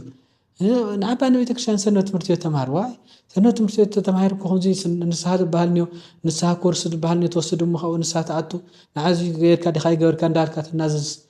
እንታይ ኣነ ይክእሎን ገና ኢሉ ብደገ ይጸንሕ ብደገ ኾን ከሎ ከዓ ተቀባሊ መንፈስ ናተቀበለ ብገይሩ ሒዝዎ ይኸይድ ስለዚ በባዕሉ ምኽንያት ናገበረ ዳኣ እዩ እንዳው ዝወፅእ ዘሎ እምበር ክወፅእ የብሉን ዝኽእል ቤተክርስትያን ከዓ ይትኸልክል ሓደ ነገር በደል እኳ ገይሩ እንተኾይኑስ ካህን ቀሪባ ስርዓተ ንስሓ ቀሪባ በቲ ንስሓ ተሓፂቡ በቲ ካህኑ ናብ ስርዓቱ ኣትዩ ንቤተክርስትያን ንኽኣትዎ እያ ትፈቅድ ማለት እዩ ስለዚ በዚ መንፅሩ ማለት ስሩዓን ኮይንና ክንነብር እዩ ቤተክርስትያን እናተፈቅዶስ ኔካ ማለት ግብፃውያን ናብዚ መንገዲ ንሱ ይኸይድ ኣሎ ማለት ናይ መንእሰይ እውን ዝሕሉ ንዓበይቲ እውን ዝሕሉ ንኣሽተን እውን ዝሕሉ ኢላ ቅሚጣላ ንኣሽተን እውን ካብ ህፃኑ እንዳብቅዐ ዝኸድ እቶም መንእሰይ እውን ዝቆፃፀር ካብቶም ዓበይቲ ከዓ ዓብይ ኮይኑ ዝሕሉ ገይራ ንኩሎም ሊቃነ ጳጳሳት ገይራትሎ ነቶም መንኣሽተን እውን ነቶም መንእሰይ ነቶም ዓበይቲ ማለት ነቶም መንኣሽተን ከዓ ካልኦት መምህራን ገይራ ብደንብ ገይራ ሒፋ ትሕዝላ ማለት እዩ ካብኡ ብመንገዶም እዮም ክመፁ ብመንገዶም ተመፅኦም ኮይኖም ከዓ ታልምዲ ሒዞም ዝመፁ እዮም ዝዓብዩና ዝኽልክል ነገር የለን ክብል ደሊ ጽቡቕ ቆሞሰይ ምስቲ ቅዱስ ቁርባን ተላዒሉ ብፍላይ ድማ ከምቲ ናይ ዮሃንስ ኣፈወርቅ ብሎ ምግቢ ንቑመተ ስጋ ከም ዘድሊ ኩሉ ንቑመተ ነፍሲ ድማ ምንባብ የድሊ ኢሉ ዝገልፆ እኒሆና ከም ቤተክርስትያን እንደገና ቅዱስ ቁርባን ንቑመተ ስጋ ንቑመተ ነፍሲ ብጣዕሚ ወሳኒ መንፈሳዊ ምግብና ስለ ዝኾነ ዓብይ ክብሪ ለቦታትዎ እያ ስለዚ ከም ቅዱስ ቁርባን ተቐቢልና ክንወፅእ ከለና እንረኽቦም ጥቕምታት ይህልዩ ዶ ይኾኑ ከምዚ ምግቢ በሊዕና ወይ ማይ ሰቲና ፅምእና ከም ነርዎ ኩሉ በቲ ቅዱስ ቁርባን ብምቕባልና ድማ እንረኽቦም መንፈሳዊ ፀጋታት ክህልው ይኽእሉ እሞ ብንጹር እንረኽቦ ጥቕምታት እንታይ ይመስል ጽቡቕ እዩ መንፈሳዊ ከምቲ ዓንቶይ እንዳገለፅካዮ ዝነበርካ ስጋዊ ምግቢ ትበልዕ ከለኻ ጠሚካ ነርካ እንታይ ትኾን ትፀግብ ስጋዊ መስተ ትሰቲ ከለኻ ፀሚእካ ነይሩ ትረዊ ልክዕ ነብስና ድማ ከምቲ ስጋና ትደልዮ ነብስና እውን ትደሊ እያ ካታ ዓንቶይ ዝገለፅከዋ ኣብ ገላትያ ነብስና ብፀሎት ብፆም ብትሕትና ብፍቕሪ ክትነብር ትደሊ ስጋና ድማ ብምብላዕ ብምስታይ ብዕረፍቲ ብድቃስ ትደሊ ምክንያቱ እታ ስጋ ትደልዮ ንሱ እዩ ናይ ስጋ እዩ መንፈስ ድማ ናይ መንፈስ ስለ ዝኾነ ናይ ክርስቶስ ስጋ እንደምን ድማ ህሊናዊ ዕግበት ኣለዎ ናይ ክርስቶስ ስጋ እንደምን ክትወስድ ከለኻ ቀጥታ ናብ መን ኢኻ በተለይ መፅሓፍ ቅዱሳዊ ርድኢት ተሊካ ኮይኑ ቀጥታ ናብ መን ኢኻ ትኸድ ናብ ናይ ጎይታ ቃል ኢኻ ትኸድ ስጋ ዝበልዐ ደመይ ዝሰተየ ናይ ዘለኣለም ሂወት ኣለዎ ናይ ዘለኣለም ሂወት ኣለኒ ናይ ዘለኣለም ክብር ኣለኒ ፀጋ ጎናፅፈኒ ጎይታይ ኣብ መንግስቱ ከንብረኒ ጎይታይ ዝብል መንፈሳዊ ተስፋ ሰብ ኣቀዲሙ ህሊናዊ ዕግበት እዩ ከረክዕ ዘሎ እንጀራ ኣክብ ስለ ዘለልካ እንጀራ ተኣኪብ ለይልካ ሰላማዊ መነባብሮ ወይ ሰላማዊ ኑሮ እንድሕር ለይልካ ስነ ልቦናዊ ዕግበት ወይ ከዓ ርግዓት ዘይብልካ እንተኮይንካ ኩሉ እንጀራ ካሕማም እዩ እንጀራ ኩሉ ሃፍቶም ሓዲጎም እኽሊ ምብላዕ ዝስእኑ ኣሕዋት የለውን ኣለው ውሽጣዊ ሰላም ተዘይሊ ኮይኑ ኩሉ ዝኣከብካዮ ነገር ጥዕመ ይክኾን ስለዚ ሂወትካ ምዑዝ ይኸውን በተስፋ ትነብር ማርያም መግደላዊት ዛጓለይ ጆኺ ንቕሪ ኢለልክ እየ አንጽያክ ምስ በላ ካብ ድሕሪኡ ነበራ ሂወትኩ ካብ እግር ክርስቶስ ተፈልያ ይትፈልጥን ቃል ኩሉ ግዜ ኣሰምዕ ቃል ድማ ንውሽጣ ከም ህንፀት ከምቲ መንደቕ ተነዲቑ ገዛ ኸይዱስ ተኸዲኑ ቆርቆሮ ምን ፋዚእት ናኸሙ ናኸደት ይኸይዳ እኒ ማርያም እኒ ካልኦት ቅዱሳን እውን ማለት እዩ ስለዚ ቅድስት ድንግል ማርያም እውን ታይዳ ዝበለት ኣቢዮ ነፍሲ ለእግዚአብሔር ወተሐሰይ መንፈሴ በአምላኬ ወመድኃኒየ እስመርኤ ሕማማ ለአመት ነው እሚእዜስ ያስተበጽኡን ኩሉ ትውልድ ይላ ማለተይ ነፍሰይስ ንእግዚአብሔር ልዕልዕል ተብሎ እንታይ ረኺዓላ ኣዴና ማለት እዩ መንፈሳዊ ዕግበት ረኺባላ ማለት እዩ ኤልሳቤጥ ባዕላስ ንቅድስት ድንግል ታይዳ ዝበለታ ብሩክተ ኣንቲ ማእነስ ብሩክ ፍሬ ከርስቺ ንስኺ ናይ ጎይታይ ኣዶ ብሩክቲ ኢኺ ተማህፀንክ ዘሎ ድማ ዝተባርኸ እዩ እንታይ ምስ ሰብ ሓደራ እያ ቅዱስ መንፈስ ምስ ሓደራ እዩ ቅዱስ መንፈስ ምስ ሓደራ ንሓጥር ሕዚ ይኮነስ ነቶም ማህፀና ዘሎ ህፃን ኳስ ክዘልል ገይርዎ ማለት እዩ ስለዚ ናይ ክርስቶስ ቅዱስ ስጋን ክቡር ደምን ክወሃበና ከሎ ስርየት ሓጢአት ፍጹም ዘንጽሕና ዝቅድሰና ዝባርኸና ዝኽብርና ስለ ዝኾነ ብሓቂ በቃ ስነ ልቦናዊ ዕግበት ንረክብ ማለት እዩ ንዓግብ ብመንፈስ ንዓግብ ማለት እዩ ስለዚ ከምኡ ሕዚ ቃል እግዚአብሔር ክዝረበና ከሎስ ቃል እግዚአብሔር መቸም ዝረአ ዝብላዕ ምግቢ ይኮነን ረቂቕ ምግቢ እዩ ቃል ወንጌል ረቂቕ ምግቢ እዩ እቲ ረቂቕ ምግቢ ንሱ ብእዝንና ኣትዩስ ናብ እዝነ ልቦናና ከኣቲ ከሎ ሰብ ተፀፂቱ ናብ መንፈሳዊ ንስሓ ናብ መንፈሳዊ ገድሊ ናብ ስግደታ የምፅኦ ግን ንሱኮ ድምፂ ዝሰምዕ ዘሎ እምበር ዝብላዕ ብዝረአ ይርአ ኣሎን ኣጆኹም ኣምላኽና እግዚአብሔር ከምዚ ምሕረት ከውርደልና እዩ ክበሃል ከሎ ሰብ ደስ ይብሎ ኣጆኹም ክዝድሕኒ ኢኹም ክበሃል ከሎ ደስ ይብሎ ስለዚ ብውሽጢ እንታይ ኮይነሉ ውሽጢ ስነ ልቦናዊ ዕግበት ረኺበሎ ማለት እዩ እሞ ናይ ክርስቶስ ስጋን ደምን ድማ ይቅድሰና ይባርኸና ስለ ዝኾነ ናይ መንፈስ ቅዱስ ሓይሊ ኣባና ይሓድር እሞ ሙሉኣን ንኾን ማለት እዩ ኣብ ቅዱስ ቁርባን ኣብ ቤተክርስትያንና ኩሉ ሻዕቃ ቅዳሴ እውን ብፍላይ ድማ ሕዚ ኣብ ሱባኤና ነና እሞ መዓልታዊ እዩ እቲ ስጋ ወደሙ ናብ ምእመናን ክቐርብ ስርዓት ቤተክርስትያን እውን ዝእዝዝ እሞ ነገር ግን ብዙሕ ሻዕ ከም ዝረአ ኣብ ካልኦት ዓድታት እንሪኦ በቃ ድሓሸ ምእመን ተቐቢሉ ኩሉ ቀሪቡ ዝኸደሉ መንገዲ እኒኦ ኣብ ዓድና ግን እዚ ዳቕነሰ ይኸሎ ብፍላይ ድማ ሕዚ ቆረብቲ ተባሂሎም ዝግለፁ ሲ ኣብ ንእስነት ዕድመ ዘለዉ እዮም ወይ ብጣዕሚ በዓል ዕድመ ፀጋታት ዝበሃሉ ዓበይቲ ወለዲ ሽማግለታት እዮም ዝቕበሉ ተወጣት ግን ካብዚ ዳርሓቐ ኢሉ ኸለሎ ስለዚ ከም ቅዱስ ቤተክርስትያንና እንደገና እዚ ክእረም ይግባእ ክስተኻኸል ይግባእ ስለዚ ተመሓላልፍዎ መልእኽቲ ተሃልዩ ብፍላይ ድማ ተወጣት ከምቲ ንዓዲ ወጣት ማሕበረሰብ ወይ ወጣት ፅቡቕ ዕድመ ዘለዎ ብዙሓት ክሰርሕ ዝኽእል ተባሂሉ ዝእመነሉ ቤተክርስትያንና ድማ ተወጣት ዕድመ እውን ትደልዮ እያ እሞ ተወጣት ግን ካብቲ ቅዱስ ቁርባን ዳርሓቐ ኢሉ ኸለሎ ስለዚ እንታይ ክግበር እኒአዎ ተሃልፍዎ መልእኽቲ ተሃልዩ ዕድል ክበኩም ፅቡቕ እዩ ደስ ብለኒ ፅቡቕ ድማ እዩ እዙይ ናይ ሰብ ጥራሕ ዘይኮነ ናይ እግዚኣብሔር መልእኽቲ እውን እዩ ንጴጥሮስ ክዛረብ ከሎ ጎይታና ኢየሱስ ክርስቶስ ኣብ ዮሐንስ ወንጌል ምዕራፍ 21 ቁጥሪ 15 ምሳሕ ምስ በልዑ ይብል ንጴጥሮስ ወዲዮና ከም ዝበሎ ክርስቶስ ኢሉ ወዲዮና ጴጥሮስ ትፈትወኒ ዲኻ ኢልዎ ጎይታይ ኣነ ከም ዝፈትወካ ንስኻ ትፈልጥ ኢኻ ኣባጊዕ ይርአ ንዓይ ትፈትወኒ ትኾንካ ኣባጊዕ ይርአ ጴጥሮስ ወዲዮና ኢሉ ደጊሙ ሓቲትዎ ትፈትወኒ ዲኻ ጎይታይ ኣነ ከም ዝፈትወካ ንስኻ ትፈልጥ ኢኻ ምስ በሉ ወዲዮና ጴጥሮስ መሓሰ ይርአ ንዓይ ትፈትወኒ ትኾንካ መሓሰ ይርአ መበል ሳልሳይ እንደገና ኢልዎ ደንጊፁ እንታይ ኮይነ ዲ ኢሉ ጴጥሮስ እው ከም ዝፈትወካ ጎይታይ ባዕልኻ ትፈልጥ ኢኻ ምስ በሎ ገላግል እያ ሰማርየን ምውፃእ ምውእታው ዘይኽእላ ገላግል ንኩሉ ኣብ ኩሉ ዓቕሚ ዘሎ ኣብ ህፃንነት ዘሎ ኣብ ማእኸል ዘሎ ኣብ ላዕሊ ዘሎ ንኽንሕሉ ንኽንርኢ እተን ኣባጊዕ ቅድሚአን ጎይታ እውን ዝበሎ ማለት እዩ ካብቶም 7 ኣነ ዝበሎምስ ሓንቲ ኣብ ዮሐንስ ወንጌል ምዕራፍ 10 ቁጥሪ 1 ዘላ እንታይ ድያ ዝብል ብረ ኣነ እየ ይብል እሞ 14 ቁጥሪ ምስ በለ ሓቀኛ ሓላዊ ኣነ እየ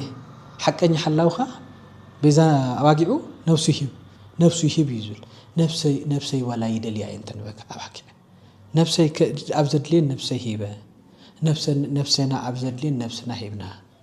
እንደገና ድማ ደድሕሪአን ዘይኮነስ ቅድሚአን ድምፅና ዝሰምዓ ስመን ንፈልጠን ነመራሕና ንወስድን ኣባጊዕ ክኾናልና ኢሉ ድማ ከምቲ ኣብ ሕዝቅኤል ምዕራፍ 34 ዝበሎ ጎይታ ምእንታን ከይብለና እንታይ ዝብለሎ ኣባጊዕ ይሓልኻን ዝተሰበረተ ኣይፀገንካን ዝተበተና ኣይኣከብካን ኮታስ ትቆርበተ እንዳገፈፍካ ንኽዳንካ ኣውዒልካዮ ዘሰብሓን ሓደድካ ተመጊብካዮን ዝብል ኣባና ከይዓልም ኩልና እዞም ዓበይቶም እዞም ኣናእሽቱም ኩሉ ንኩሉም ክንሕሊ ይግባአና እየ ዝብል ኣነ ብሓያሎ ሓለዋ ዘድለብ ዘመኑ እዚ ይብል ብዙሓት ተኻሉ ኣለዉ ብዙሓት ተኻሉ ነቶም መናእሰይ በተለይ ኣብዚ ሕዚ ሰዓት ከም ክርስቶስ በዚየሎ ኣምላኽ በዚየሎ ትንቢት በዚ ይግለፅሎ ራእይ በዚ ይግለፅሎ እንዳበሉ ብዙሓት መናእሰይ በተለይ ምስቲ ዘሎ ናይ ዓድና ሃዋሃው እንዳተጠቐሙ ግዜ እንዳተጠቐሙ ብዙሓት ናብ ሰሜን በተለይ ናብ ብዙሕ በጀት ቢልዮን ተበጅቱ መናእሰይ ናይ መውሳድ ብዙሓት ኢልምናት ካልኦት እውን ዳኣተዩ ነቲ መንእሰይ ንኽውሰድ ብዙሕ ፃዕሪ ይግበር ስለ ዘሎ ዲፌንደርስ ከም ምዃንና መጠን ኩሎም ኣሕዋተይ ዘለዉ እውን ከም ከማይ ዝበሉ ኣቦታት ከም ከማይ ዝበሉ ኣሕዋት ከም ከማይ ዝበሉ እቲ ምሕላውና ኣጥዒና ክንሐይሎ ብሓቂ ኣባጊዕና ከይጠፍኣ ስለ ዘለዋ መሊአን ከይጠፍኣን ሃለዋ ኣጢና ክንሕልወን ኣለና ኣሕዋተይ ዝብል እየ ዝብል ይወፅእ ይወርድ እዩ ኣይወፅን ኣይሰርሕን ማለት ኣይከኣለን ብዙሓት ዝደኽሙ ዘምህሩ ኣቦታት ኣለዉ ስለዚ ዘየምህሩ ተልዮም ድማ ንኸምህሩ ኣባጊዕና ብኣገባቡ ክንሕልል እሞ ጎይታ ድማ ብኡ ባህ ክብሎ ደስ ክብሎ ምእንቲ ኣባጊዕና ኣጢና ንሓሉ ይውሰድ ኣለዋ እየን ማለት ብጥምየት መልክዕ ይውሰድ ኣለዋ ብካልኦት ክዳን መልክዕ ይውሰድ ኣለዋ ካልኦት ብጣዕሚ ዝተፈላለዩ መልክዕታት ስልትታትስ ይውሰዱ ስለ ዘለው መናእሰይ እቶም መናእሰይ ኣብ ቤቶም ንኽዓስሉ ኣብ ቤቶም ንኽነብሩ ንኣምላኾም ንኸምልኹ ትምህርቲ ሓይልና ርድኢት ንኽፈጥሩ ኣብ ቤተ ክርስቲያኖም ተዘይ ተምሂሮም ኮይኖም ክኸዱ ግድን እዩ ተዘይ ተሓልዮም ኮይኖም ክብተኑ ግድን እዩ ስለዚ ሓይልና ክንሕሊ ከም ዘለና እዩ ካባዮም ከማይ ዝበሉ ኣሕዋተይም ዘለና ኢለ ከመሓላልፍ ደሊሎምዎ ስለዚ ፀፀት እዩ መምላስ እዩ ምሕፃብ እዩ ምንፃህ እዩ ስለዚ ናብ ዝኾነ ነገርስ ናብ ዝኾነ መርዓ እኳ ትኸድ ከለኻስ ክዳንካ ትቕየር ኢኻ ምድላው ትገብር ኣለኻ ማለት እዩ ናብቲ መርዓ መእተዊ ጎይታ ክርስቶስም ብምሳሌ ማቴዎስ ወንጌል ምዕራፍ 22 ትመስል መንግስተ ሰማያት ዘገብረ ከብካበ ትመስል መንግስተ ሰማያት ንጉሰ ዘገብረ ከብካበ ለወልዱ ይብል መንግስተ ሰማያትስ ከምዚ ትመስል መርዓ ንወዱ መርዓ ዝገበረ ንጉስ ስለዚ ኣብኣቶምስ ፀውዕወሉ እንዳለ ፀኒሑስ ቶም ሰባት ደሞ መምፃውዮም በሉ ኩሉ መንገዲ ዝረኸብኩም ወሒዝኩም ምፅው ኢሉ ሓቀ ስለዚ ሓደ ሰብ ግን ዳረእየቱ ንጉስ ኣብ ማእኸል ክዳኑ ዘይቀየረ ሰብ ነይሩ ናፍቲ መርዓስ ክዳኑ ዘይቀየረ ነይሩ ህብል ከሎ ብምሳሌ ነጊርዎ ዘሎ ጎይታ እቲ ኣማናዊ ዝኾነ ክርስቶስ ይና ንምድላው ይጠቕመን ከምቲ ዓንተይ በተለይ ፃዕዳ ክዳን ክትኽደን ሰውነትካ ትሕፀብ ተንፀብ ዝበልክዎ ንምድላው እምበር ጎይታ እግዚኣብሔር እኮ ኣምሂሩ ምስ ኣዳለዎም ደቀ መዛሙርቱ ኩሉ ነገር ናብ ምምሃርና ናብ ምፍላጥ ምስ መፁ እኮ እንክበሉ ንስርየት ሓጢኣት ማለት ነቲ ዝነበረስ ፍጹም ይገብሮ እቲ ናይ ክርስቶስ ስጋ እንደምን ማለት ፍጹም ይገብሮ ማለት ፍጹም ይገብሮ ተፀፀትካሉ ወይ ናብ ጎይታ ዝተመለስካሉ ንስሓስ ፍጹም ይገብሮ ማለት እዩ ስለዚ ብኸምዚ ክመፅእ ከሎ እዩ ዝበለፀ እምበር ተሪልካ ሕዝና ቤተ ክርስቲያንስ ድንን ኢልካ ኣቲኻ ንስልካ ቀጢልካ ከም ናይ ተኣሽሙ ኣቲኻ ከም ናይ ሆቴልስ ሓደ ይኮነን ክብሪ ትህብ ኣለኻ ትሕትና እውን ኣብኡ ኣሎ ማለት ስልካ ቀጢልካ ትኸልኽ ሙሉእ ሰብ እየ ዝዓይነቱ እኮ እኒሄ ከምቲ ዓንተ ወይ ዝገለፅኩ ናይቲ ሰብኣይ ማለት ኩሉ ግን ኣነ ሓጢኣተኛ ኣነ በደለኛ እየ ካብ ትሕትብል ከለኻ ግን ትሕት ዝበሉ ልዕል ክብሉ እዮም ልዕል ዝበሉ ግን ክዋረዱ እዮም ትሕት ክብሉ እዮም ኢሉ ስለዚ ምድላው ከም ዝኸውን ከሎ እዩ ፅቡቕ ዝገብሮ እና ስልካ ተሪልካ ምእታውስ ንጹህ ተኮይንካማ ንጹህ ተኮይኑ እኮ ካህን ህዚ ኩሉ ግዜ ስለ ዘገልግል እኮ ካህን እኮ በብዕለቱ ወይ በብግዚኡ ንስሓ ይኣቱ ምክንያቱ ኩሉ ግዜ ምንታይ እኒ ኣብቲ መስዋዕቲ ምቕራብ እዩ ድሕራይ ኣብ እዩ ከቕርብ ተኮይኑ እውን ኩሉ ግዜ ጎይታዬ ብናተይ ስራሕ ዘይኮነስ ብናትካ ምሕረት እንዳለ ስለ ዘቕርብቲ ናይ ባዕሉ መስዋዕትን ጸሎትን ብኡ ይውሰደሉ እዩ ማለት እዩ ጽቡቕ ቅዱስ ቤተክርስቲያንና ንህፃናት ንወዳት በርብዓ ንደቂ ኣንስትዮ ድማ ብሰማንያ ስርዓተ ጥምቀት ምስ ተፈፀመሎም ናብ ቅዱስ ቁርባን ንክበቕዑ ወዲያውን ቅዱስ ቁርባን ድማ ንክወስቱ ትገብር እያ ምዘ ተተሓይዙ መንፈስ እንትን እኒአዎ ዶ መፅሓፍ ቅዱሳዊ መበገሲ እኒአዎ ድዩ ካብዚ ሓሊፉ እኖታትና ዋላ ንዓና ንዕበየና ከይተረፈ ብፍላይ ድማ ኣብ ትግራይ ከባቢ ንፁር እዩ ህፃናት ረበሽቲ ኮይኖም ንከይዓብዩ ፀጋ መንፈስ ቅዱስ ንክሓድሮም ካብ ለቤል ቅንዓት ካብ ፍሬሃ እግዚኣብሔር ተላዓለሲ ክሳብ 10 ዕድሞም ዘለዉ ዋላ እኳ ረባሽቲ ኮይኑሲ ኣውሩ እዮ ዶ ከምዚ እንደግበሩ ናብ ቤተክርስትያን ደወሰዱ እየ ብፍላይ ድማ ቅዱስ ቁርባኑ ከይተረፈ ንክቕበል ይገብሮ በቃ ክቕየር እዩ ስነ ምግባር ዘለዎ ግብረ ገብነት ዝተምሃረ ፅቡቕ ክኸውን እዩ ኢለን ስለዝሓስባ ከምኡ ምግባርንኻ ትኽክል ድዩ ብሓቅኻ ነቲ ረባሽ ኢልካ ሓደ ህፃንኻ ናይ ምቕያር ክእለትካ እኒአዎ ዶ እዋ ፅቡቕ ሕቶ እዩ ኣዴታትና ከም መሊስካ ኢኻ ክብል ማለት እንታይ እዩ ኣዴታትና ሲ ዝብል ሓሳብ ሂካ ናብ ቤተክርስትያን እንደውሰድ እዩ ክብል ከለዋስ ዘይረአያ ይብላን ሓደ ቆልዓ ሓደ ነገር ሓሚሙ ነይርዎ ናብ ቤተክርስትያን ተወሲዳ ተሓንተዶስ ዝድሓነ ሰብ እኒ ስለዚ ሓይሊ ኣለዎ እቲ ናይ እግዚኣብሔር ቃል ሓይሊ ኣለዎ ጎይታ እግዚኣብሔርም ኢሉ እኮ ይባዕሉ ይትክልእዎም ንህፃናት የምፅኡ ሃበየ ህፃናት ናባይ ክመፁ ኣይትኸልክልዎም ምክንያቱ ካብ ብህፃኖም ጀሚሮም ተቐሪፆም ተቐዲሶም እንተዓብዮም ኮይኖም ሒዚ ሓደ ህፃንስ አንደበት ካባኻ እዩ ዝወስድ ልሳን ካባኻ እዩ ዝወስድ ቤተክርስትያን ንክትሰርሕ ከላ ብልዝው እዩ ብመንፈስ ቅዱስ ሓይሊ ተሓጊዛ እያ ትሰርሕ ገለገለ ሰባት ክርስቶስ ኮ ከምዚ ዝኾነ ብክንድዚ ዓመት ብክንድዚ ዘመን እዩ ኢሉ ይግለጽ እዩ እሱ ጠፊኡ ኣይኮነትን ቤተክርስትያን ተፈልጥ እያ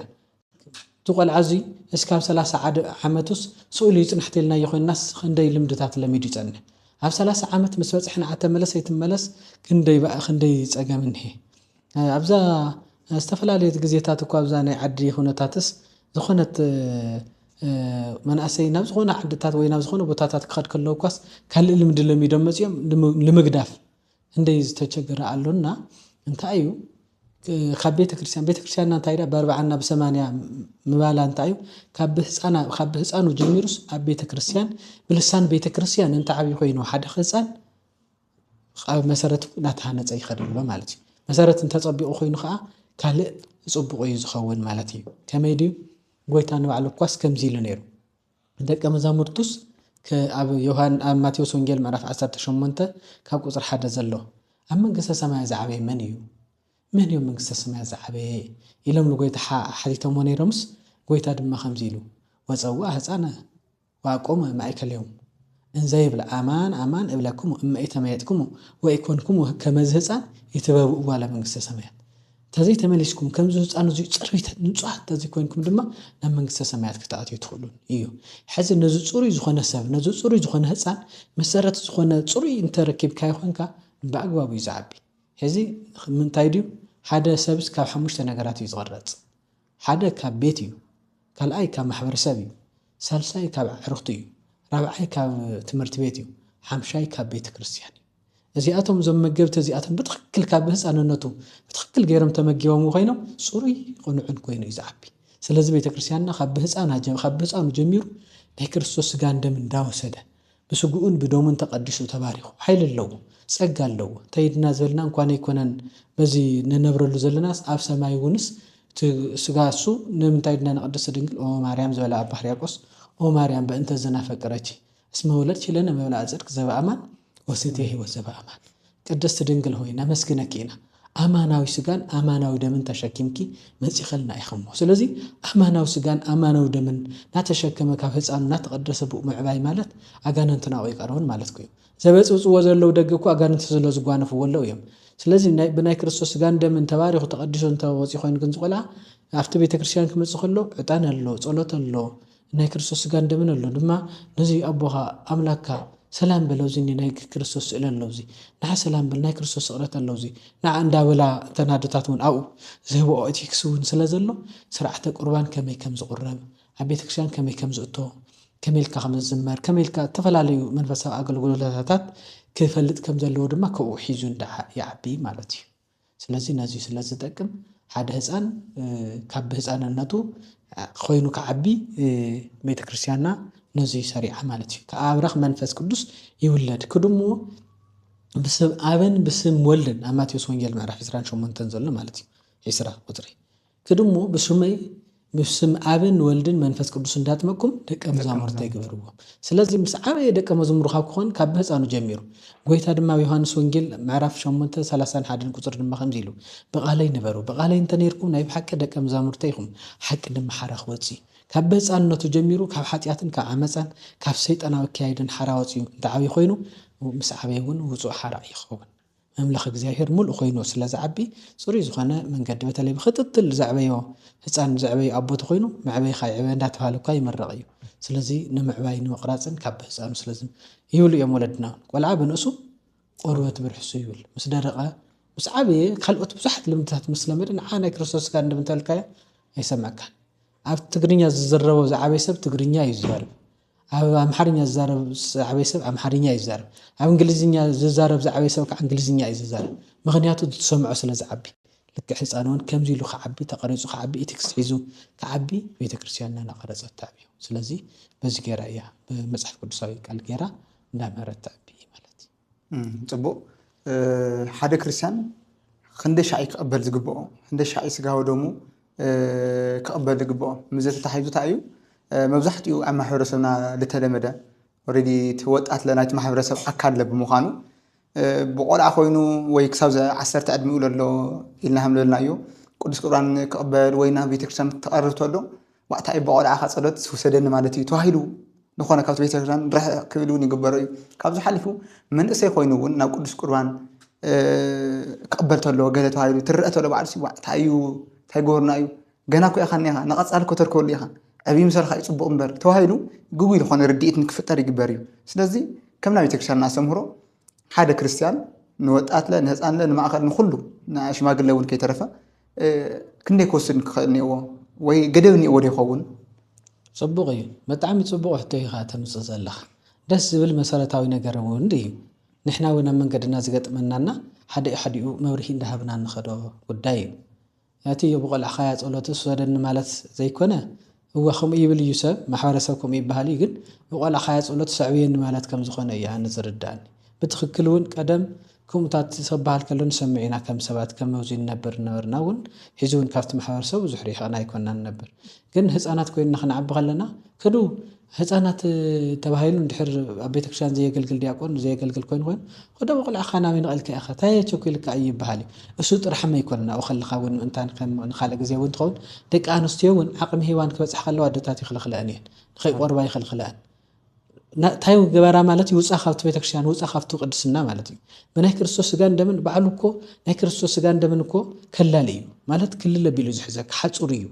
ناب حطيات كيتعطو حيزن اسخا قدسكا